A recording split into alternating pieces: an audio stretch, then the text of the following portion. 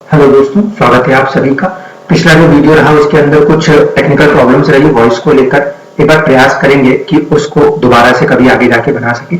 आज जो ये कुंडली विश्लेषण है इसके अंदर एक ही चीज ये बात उठी कि एक तो कुछ चुनौतियां महसूस हो रही हैं, वो क्यों हो रही हैं, और दूसरा इस कुंडली के अंदर दशा के सिस्टम को भी एक बार थोड़ा सा समझने की कोशिश करेंगे, क्योंकि ये कुंडली अपने अंदर बहुत सारी दशाओं को लेकर कार्य कर सकती है। ठीक है दोस्तों, तो सबसे पहले देखिए दशा के सिस्टम्स में अगर मैं बात करूं, चंद्रमा की प्लेसमेंट इस कुंडली में स्पेशल है।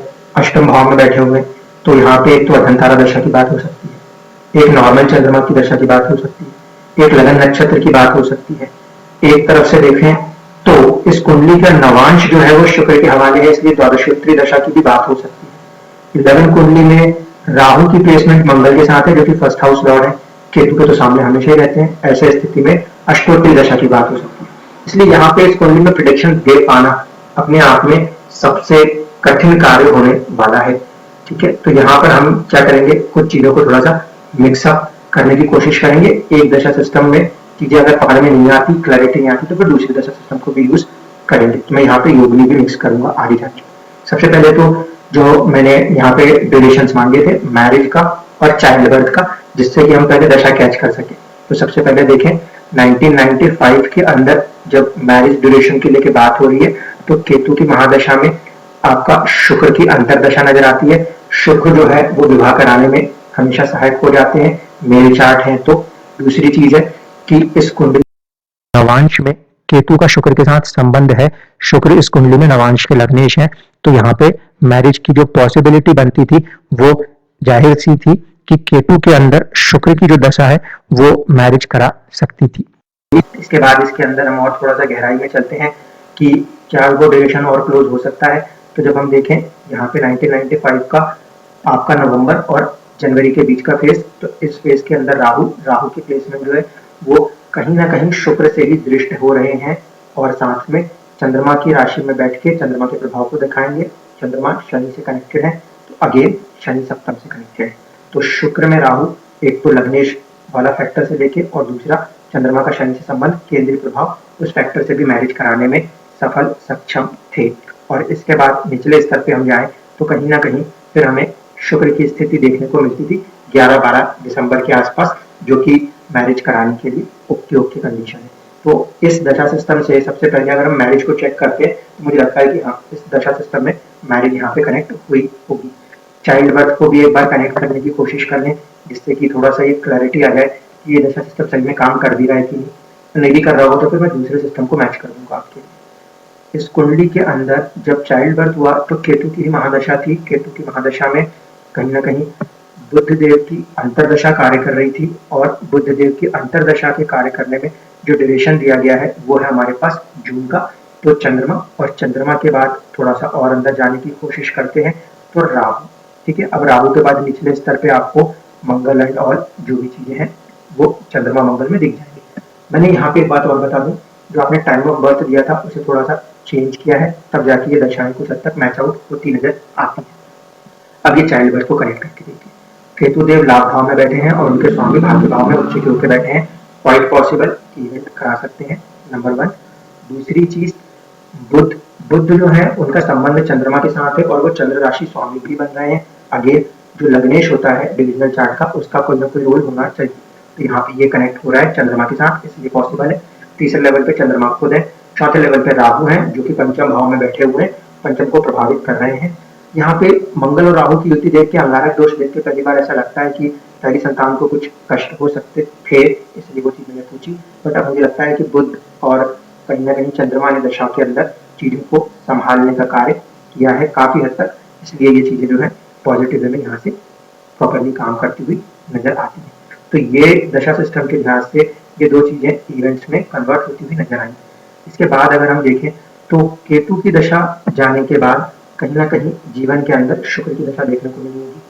शुक्र की दशा लग्न कुंडली में देखें तो वो ऐसे नीच राशि से दिख रहे हैं दोस्तों, और बहुत सारे लोग एकदम से उसको नीच राशि से देख के घबरा जाते हैं। शुक्र का यहाँ पे नीच राशि तो होना इतना खराब नहीं कह सकते थे। ये जरूर है कि वो अपनी दशा में कुछ चुनौतियां दिखा देते, लेकिन एक बार ध्यान रखिएगा कि वो 12th हाउस लॉर्ड है। 12th हाउस लॉर्ड अगर नीच है तो खर्चों में कमी करने की कोशिश करें। प्रॉब्लम ये आएगा कि मैरिज लाइफ के अंदर थोड़ा सा चैलेंज क्रिएट कर देगा। 12th हाउस लॉर्ड नीच राशिस्थ है, बेडरूम टाइम रिड्यूस हो जाता है। शुक्र विवाह का कारक है, नीच राशिस्थ है तो उस पर भी प्रभाव होता है। शनि की प्लेसमेंट इस कुंडली में 7th हाउस में थी, इसलिए पार्टनर बहुत ही मैच्योर होना चाहिए। अब देखिए, ये जो मैं बातें अभी आपको बोल रहा हूँ इसका संबंध केतु के साथ जुड़ेगा। ऐसा माना जाता है कि अगर विवाह केतु की दशा में हुआ है तो फिर वो लंबा खींच सकता है, चल सकता है, क्योंकि उस कंडीशन में partners are made for each other की कंडीशन होती है।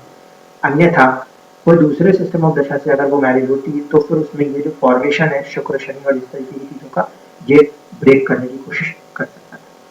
अब शुक्र पे वापस आ जाए।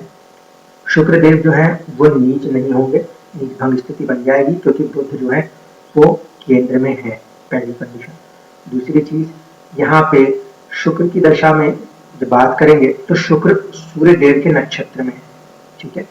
इस कुंडली में सूर्य या तो मृत्यु का नक्षत्र लेता है चंद्रमा से, और लगन से वो ले लेता है प्रत्यय तारा यानी कि ऑब्स्टेकल का नक्षत्र। इसीलिए शुक्र जिस तारे में बैठे हैं, जिस नक्षत्र में बैठे हैं, वो बाधा दर्शाता है, इस बात को नहीं भूल सकते। शुक्र की राशि स्वामी बुध और नक्षत्र स्वामी सूर्य दोनों ही 10वें भाव में बैठे हैं। इस कुंडली में बुध जो है वो सूर्य से ज्यादा बलवान है, इसको भी मान के चलिएगा, ठीक है। स्थान बल अगर हम देखेंगे तो स्थान बल में बुध जो है वो सूर्य को पीछे छोड़ देंगे। ये बात मैं इसलिए कह रहा हूँ क्योंकि कई बार दिशा बल और ऐसे बल वैसे बल की सारी बातें होती है, लेकिन जो इस कुंडली के प्रेडिक्शन का इंपॉर्टेंट पार्ट है उसमें बोल रहा हूँ। इस कुंडली में बुध जो है वो स्थान बल में सूर्य से ज्यादा बली है, और ऐसे स्थिति में शुक्र का राशि स्वामी होना, साथ ही साथ उनके जो नक्षत्र स्वामी सूर्य उसका संबंध होना जीवन में यहाँ पे एक अच्छी उन्नति के अवसर प्रदान करता हुआ नजर आ रहा था। लेकिन अगर हम D10 के चार्ट में एक बार देखने की कोशिश करेंगे तो हमें समझ में आएगा कि अगली इवेंट जो है वो किस तरीके से अपने आप को कनेक्ट करने की कोशिश कर रही थी। इस कुंडली के अंदर ये जो D10 का चार्ट क्रिएट हो रहा है, इस चार्ट में सबसे पहली चीज थी कि व्यक्ति व्यापारी बनेगा या फिर नॉर्मल जॉब करे। तो यहाँ पे पहली कंडीशन जो बन रही है वो ये कि फर्स्ट हाउस लॉर्ड जो कि मंगल देव बन रहे हैं, उनका संबंध राहु के साथ कनेक्ट होकर 5th हाउस से होता है, जो पहले ये दर्शाता है कि व्यक्ति कलीग के साथ जुड़ के कार्य करने की स्थिति की तरफ आगे बढ़ता हुआ नजर आए। लेकिन दूसरी चीज, 6ठे भाव से ये भाव जो होता है वो कहीं ना कहीं 12वां होता है, तो जैसी कंडीशन में ये प्लेसमेंट जॉब से थोड़ा सा मन को बाहर हटा सकती है, एक चीज। दूसरी चीज कि इस कुंडली के 7th हाउस में 2 ग्रहों का प्रभाव नजर आता है, शनि और शुक्र, तो ये भी एक सपोर्ट पॉइंट बना सकता है कि कहीं ना कहीं बिजनेस की तरफ व्यक्ति आगे बढ़ जाए। इसके बाद जो अगली दशा बनती है वो बन रही है सूर्य की, ठीक है। शुक्र की दशा के अंदर शुक्र यहाँ पे D10 के चार्ट में 7th लॉर्ड भी थे, 7th में बैठे थे, तो कहीं ना कहीं व्यापार में उन्नति की कंडीशनों को बनाने में सफल होते हुए नजर आते थे। शुक्र वहां पे जिस तारे में बैठे हैं वो ऑब्स्टेकल का तारा है, इसलिए वहां पे कुछ ऑब्स्टेकल्स भी रहे होंगे, नीच नहीं है वो, नीच भंग में है लेकिन ऑब्स्टेकल्स फिर भी जीवन में रहे होंगे, और उस समय की जो दशा प्रभाव है उसके दशा प्रभाव की वजह से आप अपने स्टेटस को बनाने में सफल हो गए होंगे। अगली जो दशा यहाँ पे कनेक्ट हुई है तकरीबन 2022 में, तो 2022 की दशा का जो फॉर्मेशन हमें देखने को मिल रहा है वो थोड़ा सा चुनौतीपूर्ण है। अब देखिए, सूर्य की महादशा और चंद्रमा की अंतरदशा है, और इसके अंदर कहीं ना कहीं जो एक ड्यूरेशन बनेगा वो बनेगा गुरुदेव का। सूर्य की महादशा, चंद्रमा की अंतरदशा और फिर गुरुदेव का एक जो ड्यूरेशन है वो बनता हुआ नजर आता है, ठीक है। इसके बाद जो एक क्लोज डेट हमें दी गई है वो दी गई है 22 जून 2022 की दोस्तों, 22 जून 2022। ये जो फैक्टर है 22 जून 2022 के अंदर, यहाँ पे ऊपर की अगर हम दशाओं को लिखने की कोशिश करें तो ध्यान से समझिएगा। सूर्य की महादशा में चंद्रमा की अंतरदशा, फिर गुरु का प्रत्यंतर है, और इसके बाद बुध की प्लेसमेंट है। अब इस कुंडली में दोबारा आ जाइए, जो मैंने अभी आपसे बात कही थी कि ध्यान रखें कि बुध इस कुंडली के अंदर स्थान पर स्थान बली होकर बैठा हुआ है, तो यहाँ पे सूर्य का सबसे पहली चीज, सूर्य दशमेश हो रहा है, दशमेश का संबंध अष्टमेश से होना अचानक से परिवर्तन दर्शाता है, all of a sudden change दर्शाता है, पहली चीज। दूसरी चीज, कहीं ना कहीं चंद्रमा की अंतर्दशा का प्रभाव है। चंद्रमा की अंतर्दशा को देखें तो चंद्रदेव जो है वो इस कुंडली के अंदर अष्टम भाव में भी बैठे हैं और साथ साथ उनका संबंध आर्द्रा नक्षत्र में है। ठीक है, एक बात जो कल के वीडियो में बोलना भूल गया था, आज बोल रहा हूँ, जब कभी भी कोई भी ग्रह राहु या केतु के नक्षत्र में बैठेगा तो उसके प्रभाव बहुत ही तुरंत होंगे। तो चंद्रमा यहाँ पे क्योंकि राहु के नक्षत्र में है इसलिए उसके भी प्रभाव बहुत तेजी से थे। अष्टम के प्रभाव को ये जोड़ने की कोशिश कर रहा है क्योंकि एक तरफ से चंद्रमा का जो सपोर्ट है वो बुध की राशि और राहु के प्रभाव को लेकर है। ठीक है, तो ये दोनों चीजें जो हैं कहीं ना कहीं थोड़ी सी चैलेंजिंग थी। महादशा का स्वामी 10th हाउस का लॉर्ड हो रहा है, अंतरदशा का स्वामी उससे 12वें का स्वामी हो रहा है और साथ ही साथ कनेक्ट कहाँ पे हो रहा है, कनेक्ट हो रहा है अष्टम में। अभी मैं आपको डिटेल नहीं सिर्फ लगन के अंदर चीजें दिखा रहा हूँ दोस्तों।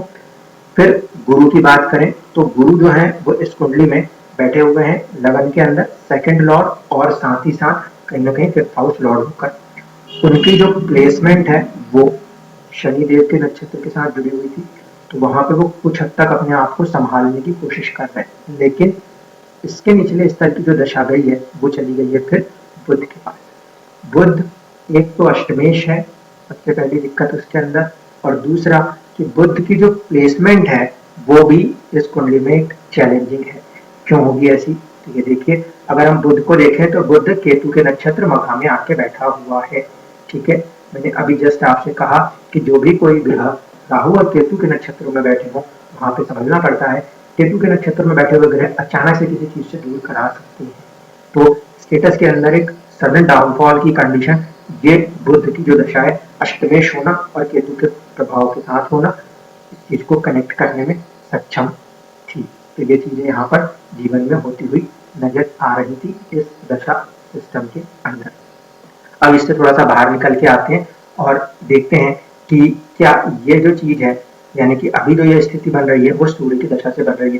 सूर्य की दशा इस कुंडली में 10th हाउस लॉर्ड है, वो पीड़ित और प्रभावित है कहीं ना कहीं किससे, अष्टमेश के साथ। दूसरा उसके नक्षत्र के हिसाब से देखें तो उसमें शुक्र की 12th हाउस लॉर्ड की प्लेसमेंट भी देखने को मिल रही है। ये भी एक चैलेंज है।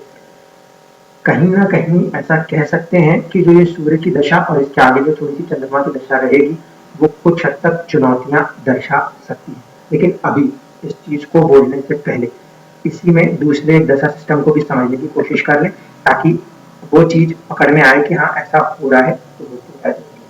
वरना इसमें बहुत सारी सिस्टम ऑफ दशा है, अगर ये दशा सिस्टम फेल हो गई तो ये प्रेडिक्शन फेल हो जाएगी। यहाँ पे अगर जो हम दशा सिस्टम लगा रहे हैं अगर वो नहीं काम करा तो प्रेडिक्शन फेल कर जाती है। यहाँ पे अब देखें, अगर योगिनी से हम बढ़ने की कोशिश करते हैं तो योगिनी से हमें दिखाई देता है कि 2022 के अंदर इनके ऊपर शनि यानी कि 31 जनवरी 2022 के बाद से लेकर 2028 तक यहाँ पे शनि उल्का का प्रभाव है। और वहां पे मैंने आपको जब दिखाया कि विंशोत्तरी सिस्टम में हम जाएं तो हमें दिखाई देता है कि सूर्य का प्रभाव भी 2028 तक है। तो अमूमन कोई एक दशा प्रभाव जो है वो 2028 तक कॉमनली काम करेगा, जो कि कुछ ना कुछ चुनौतियां दिखाने की कोशिश करेगा। अब इस योगिनी को जब हम लगाने जाएंगे तो इस समय ये मूला नक्षत्र के साथ जुड़ के काम कर रही है। ठीक है, दशा चल रही है शनि की जो कि बैठे हैं छठे भाव के अंदर, और नक्षत्र आ रहा है केतु का जो कि मूला नक्षत्र से जुड़ रहे हैं, वो बैठे हुए हैं कहीं ना कहीं अष्टम भाव में। इसलिए बेफिजूल की चुनौतियां इस दशा में कहीं ना कहीं आपको जीवन के अंदर शुरू होती हुई नजर आनी चाहिए थी 2022 के बाद से। ठीक है, और ये तकरीबन 2028 तक ये दशा कार्य करती हुई नजर आती है। इसके बाद 2028 के बाद ये शनि का प्रभाव खत्म होगा। शनि का प्रभाव खत्म होगा तो फिर शुक्र का प्रभाव आएगा। शुक्र का प्रभाव हम थोड़ा अच्छा मानते हैं। ठीक है, तो उस समय क्या होगा, जो नक्षत्र होगा वो मूला से आगे बढ़ जाएगा, शुक्र का ही नक्षत्र हो जाएगा और दशा स्वामी भी शुक्र हो जाएंगे, लेकिन उसका प्रभाव इस कुंडली में कहीं ना कहीं 10th हाउस के ऊपर है। तो शुरुआत में कुछ संघर्ष करने पड़ेंगे और फिर दोबारा से आप अपने स्टेटस को मेंटेन करने की स्थिति में वापस आ पाएंगे, वो भी तकरीबन 2028 के आगे जाकर। उस समय आपकी चंद्रमा की दशा कार्य करती हुई नजर आएगी लगन से, और वो जो दशा है वो फिर अष्टम में बैठी हुई है, राहु के साथ संबंध बना के लग्नेश मंगल के साथ कनेक्ट होने के दम पर वो अपने आप को कुछ आगे बढ़ाने की कोशिश करती नजर आएगी। अब सबसे बड़ी क्वेश्चन जो था, जो पूछा तो नहीं गया, लेकिन आपके मन में ये बात जरूर उठ रही होगी कि ऐसा क्या हुआ जीवन के अंदर, क्यों हुआ। तो यहाँ पे सबसे इंपॉर्टेंट एक चीज जो कि देखने की बात है वो क्या, कि होरा के स्वामी को हमेशा समझिएगा। इस कुंडली में जो होरा का स्वामी है वो शुक्र है, खर्चे के भाव का स्वामी हो गया, ठीक है, और साथ ही साथ खर्चे के भाव का स्वामी होकर उसने अपने आप को जिस स्थिति में ले लिया, यानी कि नीच राशि स्थिति जो नजर आ रही है वो संघर्ष में स्थिति में ले लिया, उस वजह से जीवन के अंदर जो लाभ बने थे 11th हाउस, जितने भी लाभ बने थे उसको कहीं ना कहीं किसी ना किसी रूप में चुनौतियां खड़ी कर दी। दूसरा, जब मैंने ये कहा कि सूर्य चंद्र वाले से देखें या लगन से देखें वो ऑब्स्टेकल दर्शा रहा है, ऐसी स्थिति में सूर्य सरकार का कारक है और सरकार से ऑब्स्टेकल इस कुंडली में देखने को मिल रहे हैं आपको।